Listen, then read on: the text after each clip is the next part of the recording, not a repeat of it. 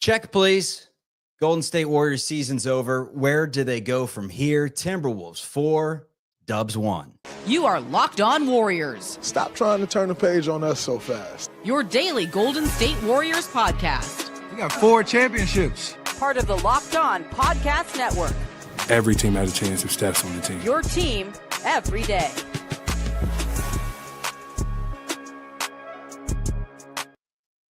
Every team does have a chance if Steph's on the team. Unfortunately, if he's on the bench, is he truly on the team? He's not affecting the game, and the Warriors do not have enough. The defense does them in this one, as Minnesota just continuously hits 3 after 3. They were excellent after starting out 0 for 16 in that department in this series. 121-110 the final. Game, set, match, season. Matt Kolsky joins me on today's show. This is Locked On Warriors. It's part of the Locked On Podcast Network, your team every day. Check it out on YouTube and wherever you get your audio podcasts.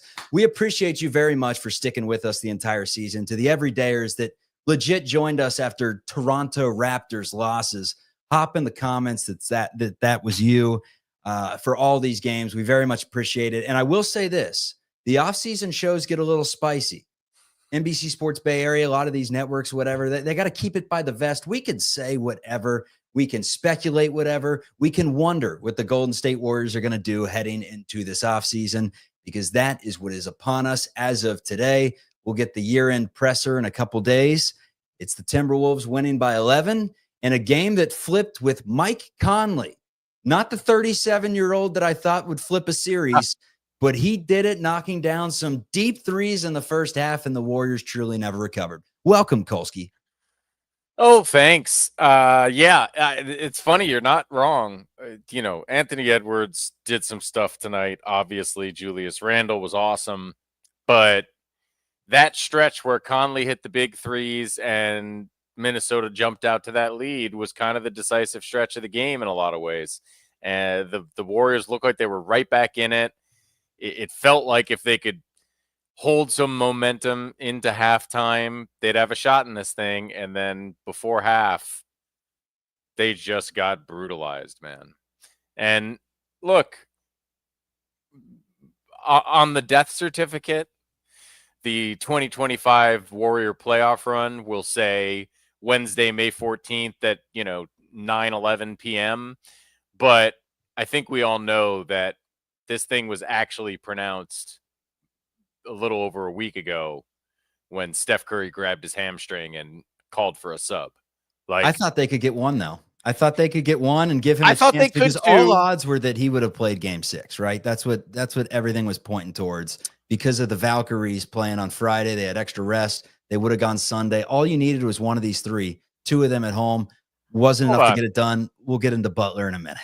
All you needed was one of these 3, and then to win the next 2 with Steph on, a questionable hamstring. But to not give him a chance. I agree. It would have been great. I also thought getting 1 out of 3 was a doable task.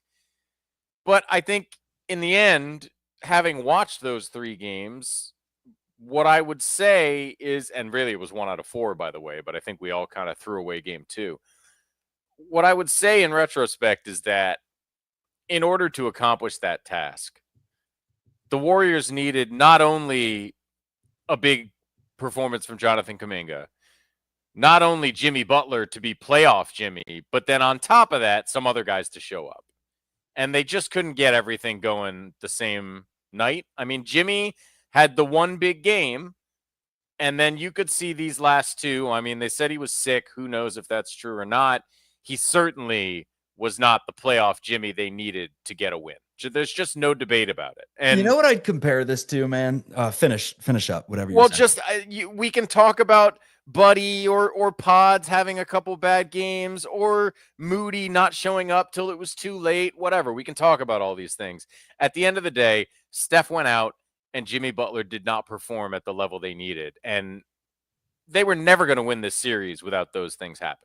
All right, I'm going to bring up some PTSD for Giants fans. Aside from the fact that they won, 107 with Farhan's, what would we call them? The platoon guys, right? And that's I mean, look at the Wolves compared to the Warriors. The Wolves are the way you want to do it. They played 8 guys in this series consistently. You knew what you were going to get every single night from pretty much Naz Reid, from pretty much DiVincenzo or an Alexander Walker. You knew that Randall and Anthony Edwards were going to be the 2 leading scorers, that Gobert was going to be Gobert. Conley was better than, quite frankly, any 37 outside of Steph Curry should be. He was great in today's game, had 16, 8, and 6.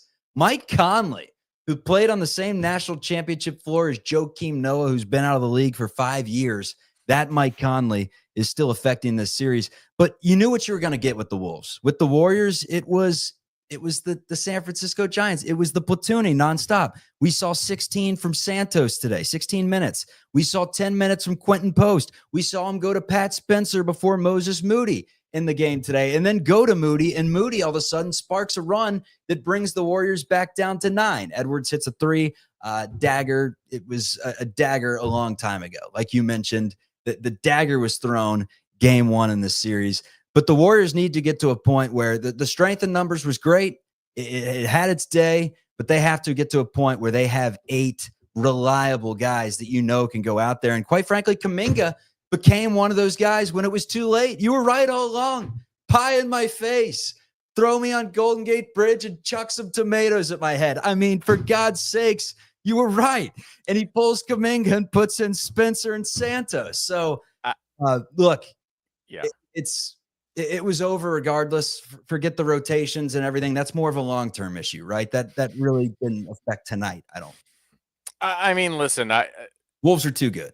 Yeah, the Wolves are too good to lose Steph Curry from a team that was already, let's be honest, with Steph Curry. I think really we all lost out on what could have been a heck of a competitive series. I know. Because honestly, man. Like the Wolves, as good as they can be, have some flaws that they didn't exactly clean up. I mean, how many times they turned it over 21 times tonight? I obviously they had a chance with Steph. More than that, I would say this would have been a pretty even and highly competitive series if Steph Curry had been available. Even we'll never know. Yeah, even if Jimmy Butler had a couple off nights, even if Brandon Pajemski showed up 1 out of 3. Like with Steph, that's how good Steph is. So, to a degree, it is what it is. Injury luck is what it is. There's a sliding doors rabbit hole we could go down. And I think a lot of people would just point directly to the Rockets series as far as Kaminga at least goes, but the rotations in general and the coaching approach in general, and say that, boy, they were awfully casual throwing away game 5 in that Houston series when they had a chance to get it over with more quickly. And what might that have looked like? But for me, the sliding door, you could put it anywhere in the last 3 years, man. Because Jonathan Kaminga, look, you can't just hop into an NBA playoff game after sitting for weeks and casually score 20-plus points over and over again. Unless you're at least worth looking at. Good. Yeah. Like, I and again, I think I have been somewhat misinterpreted because I've been talking about him a lot as saying that, here, this is exactly it. Nobody said that. I mean, people say things like this to me. Oh, stop saying Kaminga's Kevin Garnett. Stop saying Kaminga's Kobe. Nobody said that. I have not heard a single person, with all the people, national, local, and otherwise, defending or talking about the unfortunate treatment of Jonathan Kaminga over the last couple of years. Never have I heard anyone suggest that he is not a flawed player. He is clearly a flawed player. Like most 21, 22-year-old kids without a ton of experience, he is flawed. The argument has always been, when this kind of talent is inside there, what is the purpose of letting it rot on the bench? The things that Jonathan Kaminga needs to get better at are the sorts of things that improve from playing time. And everyone comparing him to Franz Wagner or Scotty Barnes is ignoring the fact that those guys have played almost twice as many minutes as Jonathan Kaminga over 4 years. And we'll never know. Someday we'll find out what kind of career Kaminga has, right? He's going to have a career, and at the end we can decide how good it was.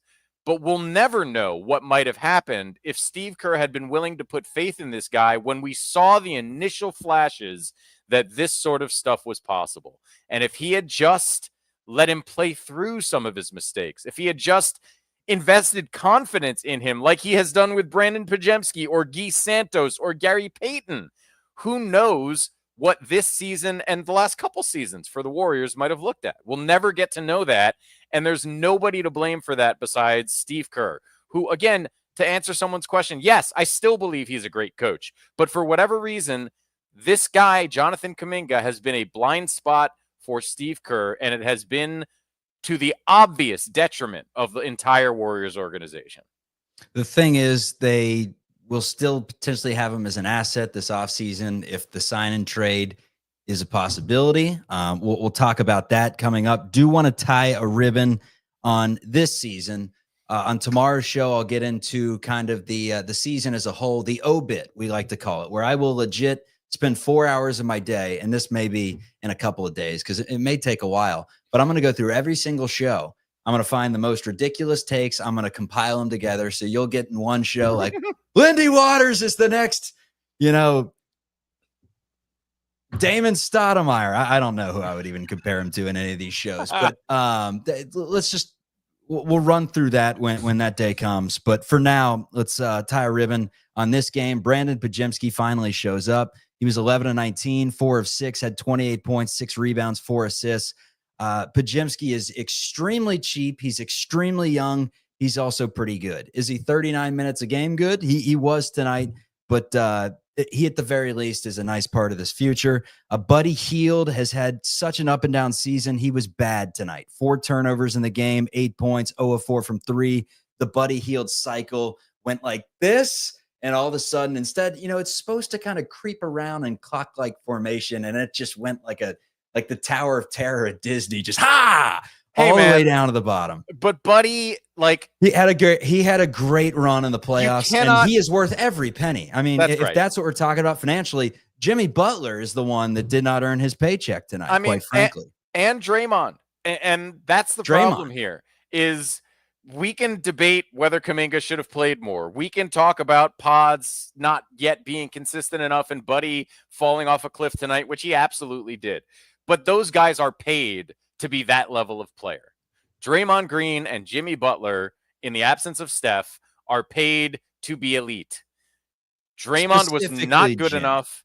Yeah, well, yes, but Draymond wasn't good enough tonight on either end. Not even defensively. Yeah. Yes, and Butler, all that stuff that we saw from Jimmy and Draymond towards the end of the season, just bamboozling opponents on the defensive end. None of that the last 2 games to break up what the Wolves were doing. The Wolves didn't have a great offensive game in terms of anything but shooting, and they lit the Warriors up. They turned it over 21 times. The Warriors won the rebounding battle. The defense wasn't good enough.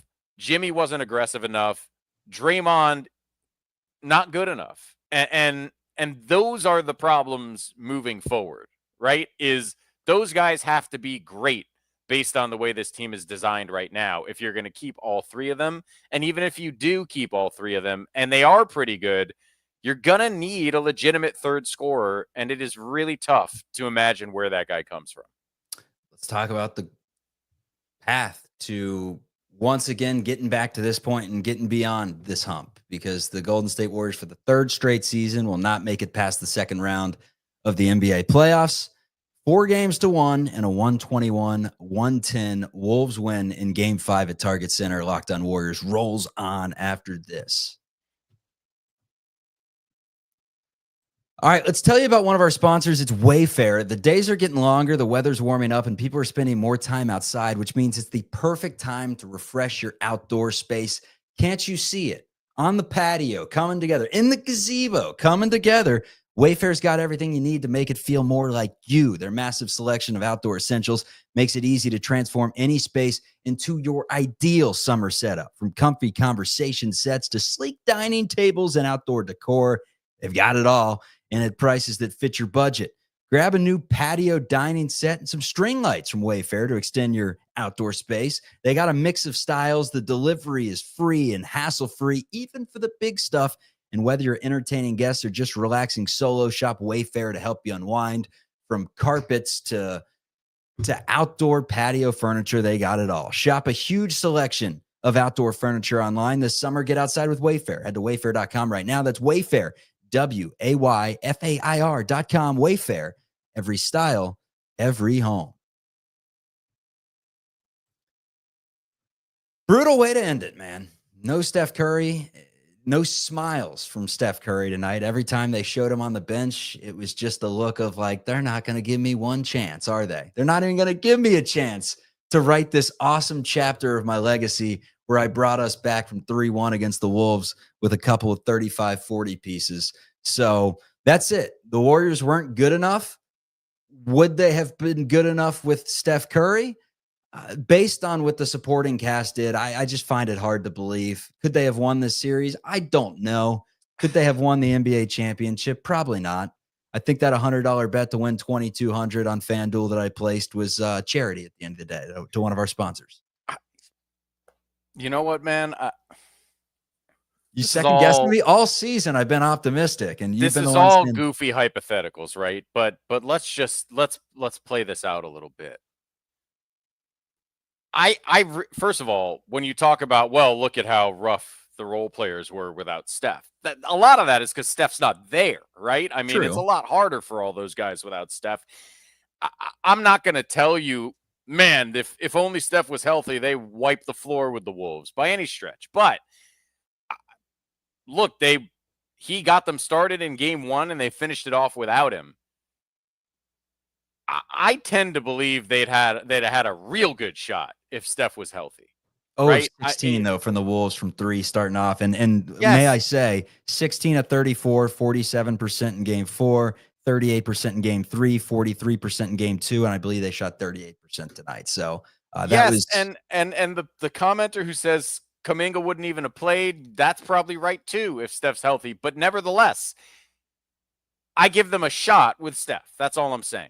And if you get through this, I mean, whoever comes out of Denver and OKC is going to be pretty beat up, and neither of those teams have looked unbeatable playing against each other. And you got the Knicks or the Pacers in all likelihood coming out of the East. I mean, the Warriors would have been a long shot even with Steph, but I wouldn't have written it off. Like, things are breaking in a way that it's kind of wide open out there, you know? So, again, that's all silly hypotheticals. Once Steph went down, none of that really mattered. But, boy, would have been fun to see, at least. Can you just imagine how know. angry the fake championship people would have been if the Warriors snuck another one in because Jason Tatum tore his Achilles? Like, anyway, that didn't happen. Now they got a totally different set of problems heading into the offseason. And let's talk about those problems. Yeah, there's plenty of people break them down one by one. Trade Draymond. I mean, here's the main problem, right? You're capped out. There's no way around it. I would do it. The issue is what exactly does Draymond bring to another team that is better than his value for the Warriors? And if you were trading Draymond, like at some point you gotta start getting some of these draft picks, or just not trading away any draft picks and getting ready for the future here soon. And also getting ready for the fact that you're going to have a ton of money coming off the books in 2027. You want your team to be pretty good around then, because you said, when I was like, look at the free agent market in 2027, you find your next superstar that way. Just make sure you're good heading into that season.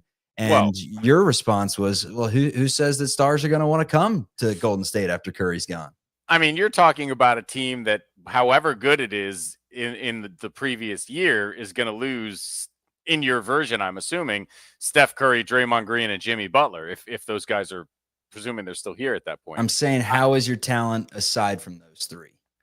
Well, right. I mean, right now, It would not the guy, be great. the guy who looks the most talented is probably going to be gone. And the other young player that I would say is two young players that are the most interesting had a pretty up and down playoffs in Pods and Moody. Mainly down. So, but I mean, honestly, when you made the deal for Jimmy Butler, you kind of made a deal with the you made NBA your bed. devil to say 2027 is a problem for future Mike Dunleavy. Present Mike Dunleavy needs to figure out how to make this team competitive in the next 2 seasons when Steph and Jimmy are both under contract. And listen, you're not gonna trade Steph unless by some crazy turn of events he demands it, and you're not going to be able to trade Jimmy. Nobody is trading you $60 million worth of players for Jimmy Butler. It's just not going to happen. So you're stuck with those guys, and together they make up more than 70% of the projected NBA salary cap for next year. Add Draymond in, you're at like 90 something, and then by the time you get Pods and Moody on there, you're up to 100%. There's no scenario where the Warriors get cap space in the next 2 seasons. The only way to improve the team is with exception signings. Like they'll have a mid-level exception. I think the small one based on their status, although we can look more into that when we get into the offseason. So that's maybe, take another flyer on DeAnthony Melton. Well, honestly, that might be as good an option as you have in that market, right? A guy who looked like an incredible fit and everybody loved when he was healthy, might be cheap based on the injury situation. That literally Will be. Yeah, probably will be. Yeah. So that might be your best option. But those are small time options, right? If we're talking about Kaminga being gone, and I don't see how he's not, they need a real third scorer. They needed a real third scorer. I mean, since KD left, really, but certainly for the last couple seasons. And Andrew Wiggins was never, I mean, he was the second scorer, and he was never even really a high-level second scorer, right? It's a great third scorer. He was a good third scorer, sure. They could really use an Andrew Wiggins right now. But Kaminga was the only candidate, for my money, on this roster to be that consistent night in, night out third scorer. Pods, I just don't think is going to be that guy from a scoring perspective. He'll have big nights, but I don't expect him to increase his scoring average into the mid-20s at any point. Moody, same thing. Like, I think he'll be able to have a 25, 30-point night here or there, but I see both of those guys as contributors in lots of ways, but not as that reliable next scorer behind the two old guys in Butler and Steph. They need that guy. And if it's not going to be Kaminga, the only real way to get it is to use Kaminga as an asset to get it. And look, signing and trading restricted free agents is difficult and locks you in even more to your cap situation after after the deal. And as several people have pointed out in the chat, why would Kaminga even agree to participate in that, given the way he's been treated? Maybe he feels differently after a few good games. Who knows? But it's tough. You're really stuck with, a 36 and a 37-year-old guy as your centerpiece. The other option becomes, and two centerpieces that won you a series and was at least on the cusp of competing, right? Yeah, that man. Aren't like terribly far away. No, they're not terribly far away, and the answer might be, road's not going to get easier though. I mean, That's OKC and Houston are getting better, right? They got assets on assets. They got assets for forget days. They got assets for decades. Right. So maybe you say, hell, Quentin Post is going to come back a new guy. Moses Moody and Brandon Pajemski are going to step up. We still have Buddy, Steph, Dre, and Butler. Let's go do this thing. Do you want to do that? No. I wanted to play Jonathan Kaminga 2 years ago, so maybe he had a chance to be that next guy. But since that didn't happen, I think your option is, can you, and it won't be easy, can you find a fit with a team who has a player that you believe makes you significantly better and wants to pay Jonathan Kaminga. And the good news is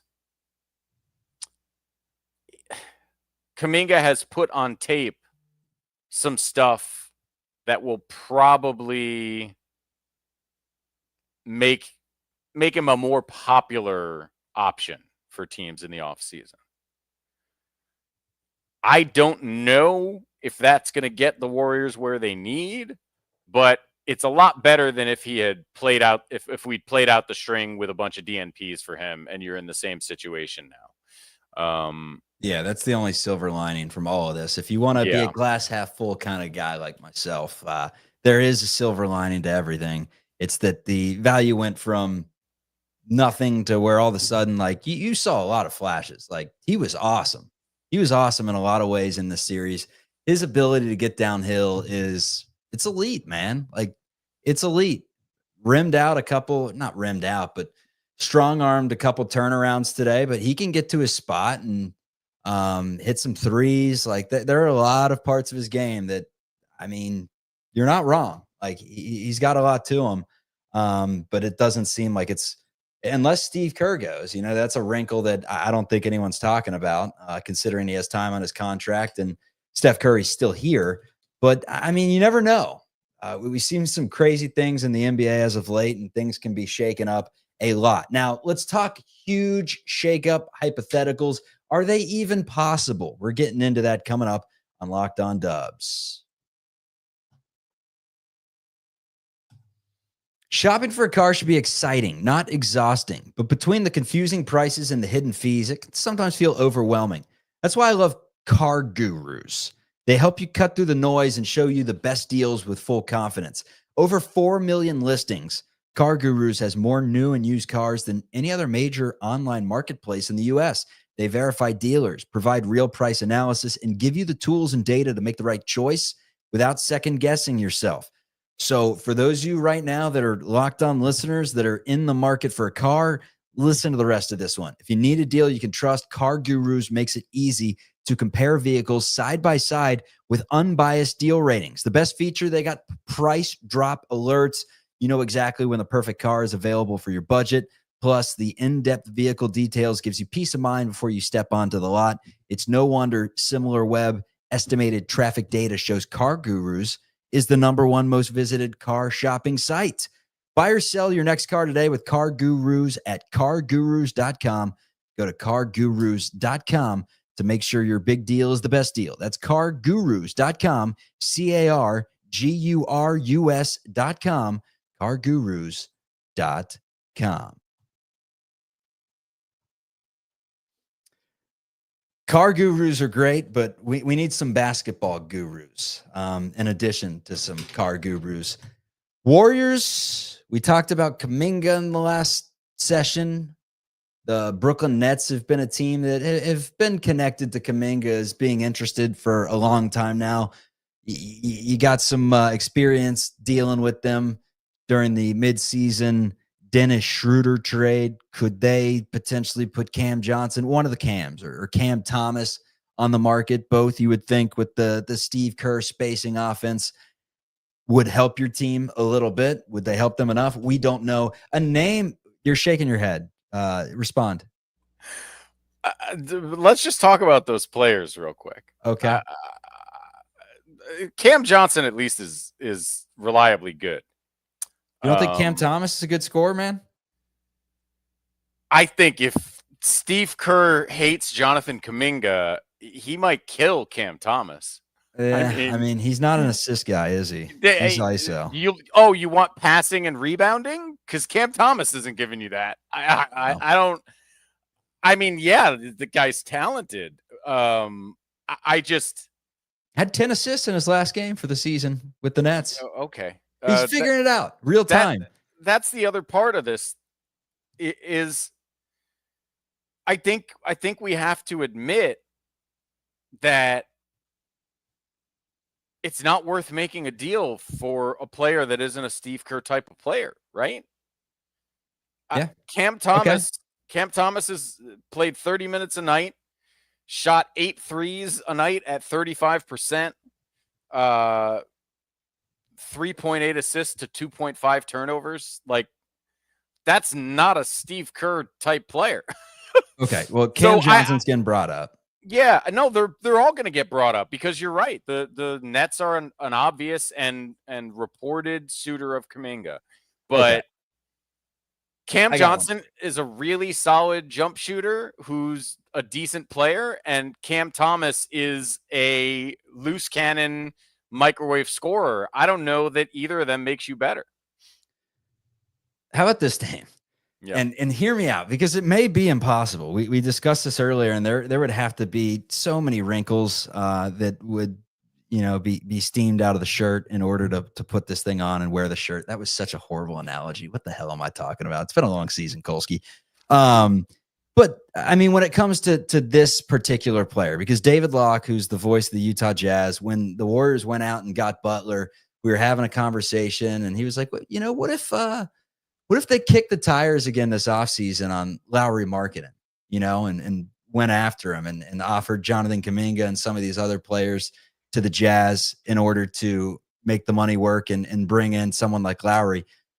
Look, you've seen him play many, many years on your hometown Chicago Bulls, but he does two things that you need right now. He spaces the floor very well, and maybe not the most physical big body. He's still 7 feet, a legit 7 feet, and can grab rebounds. Yeah, and he's not like a,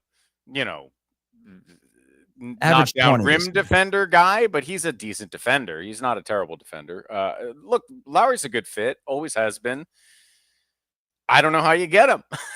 You'd have to do something with Draymond Green. I think it would have to be Draymond, because I do think with the Kaminga thing, you can sign and trade him, but I don't believe you can sign him and pair him with other guys to trade him. So for somebody with as big a contract as Markkanen, it would have to be Draymond plus pieces plus picks, probably. And is that Draymond, Moody, Pods, and your next first rounder? Is that a deal you want to make for Lauri Markkanen? I'm just not sure. I hate tying almost all your payroll into 3 contracts, right? Yeah, Lowry's young, at least. Right. I mean, that right. There's no way around that. The question is it these 3 contracts that you want to tie him into, right? And I don't think I would be trying to trade Draymond. I still think his value to the Warriors is so much more than his value anywhere else. And Steph loves him. I don't think I would want to trade him. But even if you did, it's not easy to find the right fit for that. It really is not. And it's going to be even harder to get what feels like really good value in return.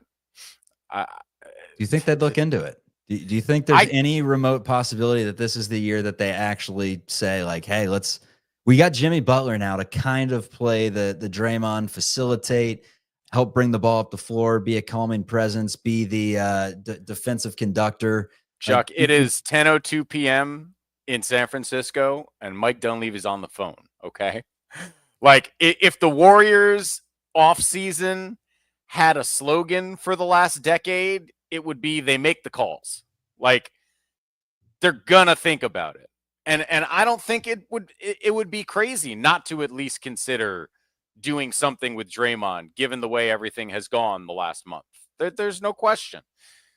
They'll look at unbelievable numbers of options with Jonathan Kaminga. I guarantee they will make a call to Milwaukee. Do they have the assets to trade for Giannis? I don't think so. I don't think so. Almost certainly they don't. But they're going to make the call, because that's what this team does. They explore the avenues to improve. The only way I just think it's going to be hard to find one. Yeah, I mean, you'd have to match the money. That'd be tough there. But the only way to get them to even listen would be literally throw them every draft pick you have through 2030. And that, to me, would be a disaster. Like, draft picks are important, man. When's the last time that the Warriors, I mean, think about it, truly. When's the last time they had 3 lottery picks between 2 seasons? 3 lottery picks. None of them have even sniffed an all-star game. And not saying that all lottery picks sniff all-star games. It doesn't happen. But 3 3 in a row, and 3 in a row you can't figure out whether it's a talent issue, whether it's a Steve Kerr developmental issue, whether it's all of the above. That's Well, 3 right there that here's the thing. There's 3, right?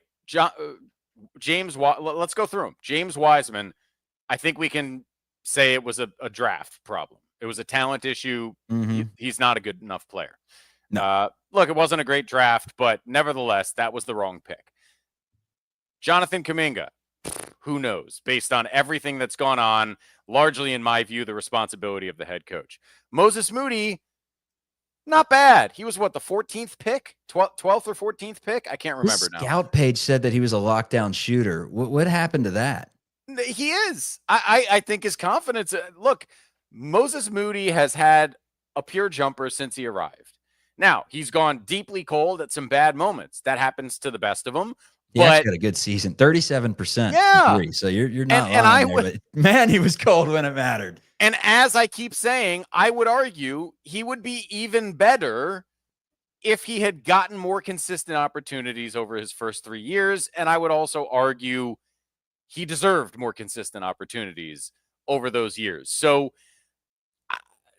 I don't know how to judge Kaminga especially, but like Moody, it wasn't a bad pick. If you get a good rotation 3-and-D guy out of the 14th overall pick, you're not upset about that, right? So, look, it's a recency bias because he couldn't get off the bench before Pat Spencer, right? It's a recency bias on Moody and to an extent on Kaminga. Wiseman was the really bad pick, and it has certainly bitten them in the butts. There's no question about that. That was a mistake, and it's one of the reasons it's been such a dogfight to get back to a competitive level. But and there's no way they thought Steph was going to be this good for this long, because they would have kicked the tires on that Drew Holiday trade back in the day, right? And traded a draft pick or 2 if they thought Steph had this in him for this long. And frankly, Draymond too. Like, you do a lot of things differently if you could see the future, man. Yeah. Wouldn't we all? I'd go back to first grade. Let me tell you what. Oh man, I don't know if that's far enough back for me, but yeah, I hear you, buddy. Yeah, I'd return the cherry sours that I took from the local Kroger. Sorry about it. Oh God, shoplifting. Oh, misspent youth. I got caught. Mom caught me and made me go back and apologize to the entire staff. So we built character in the Chuck Wald household. Anyways, Kolsky, fun season, man. That's the thing.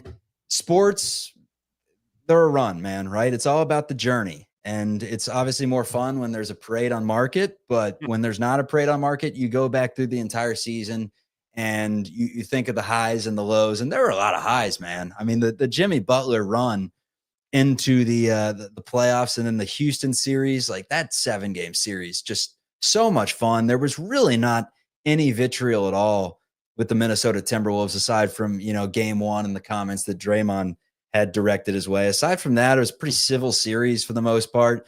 You respect Anthony Edwards as a Warriors fan, I think. Julius Randle, I think you have some respect for. He plays hard. He plays the right way. Keeps his mouth shut for the most part. Gobert. Mike Conley, though. Consummate professional. But we had fun, man. It was a good season.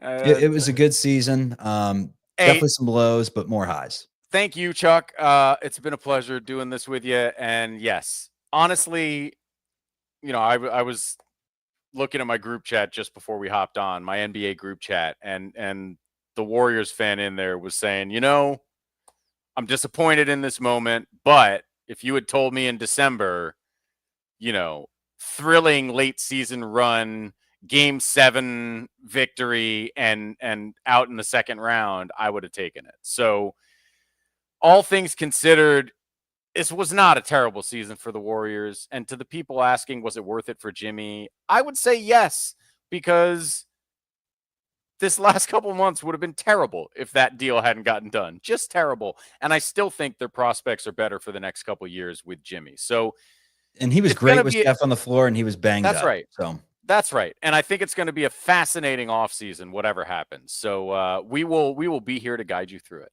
Yes, and that is the best part about following this page. Season, there's content everywhere. Off season, there's only so many that go live after preseason games, and summer league games and break down what Jackson Rowe's doing. Maybe even get into some Valkyries coverage from time to time for a segment. So hey, now let's go. I don't see why not. They got the name Golden State. They play in the same arena. This one's for the girls. Let's go. Yeah. So yeah, just in time, right? I mean, Yep. that is the nice thing. Congratulations, Bay Area basketball fans. You don't have to wait another bunch of months to see some Bay Area basketball at Chase Center. Yep. So subscribe to the show. We will talk to you with the obituary on the season tomorrow. A lot of off-season coverage to come. Draft a month away. The Warriors do have a second-round pick. Sometimes they buy a first-rounder. You never know. You never know what the Warriors will do in this year's upcoming draft. Got a first-rounder. A lottery pick would truly be nice. But name of the game this offseason, choices. What are you going to do with those choices? Dunleavy has pulled the right string so far. In Mike, we trust. In Mike, we trust. Okay. In Curry, we trust. In Kerr, beauty's in the eye of the beholder, I guess. This is Locked On Warriors. Kolsky, good stuff, my man. Peace. I still like Steve Kerr. Come I like on. him too. Come on now.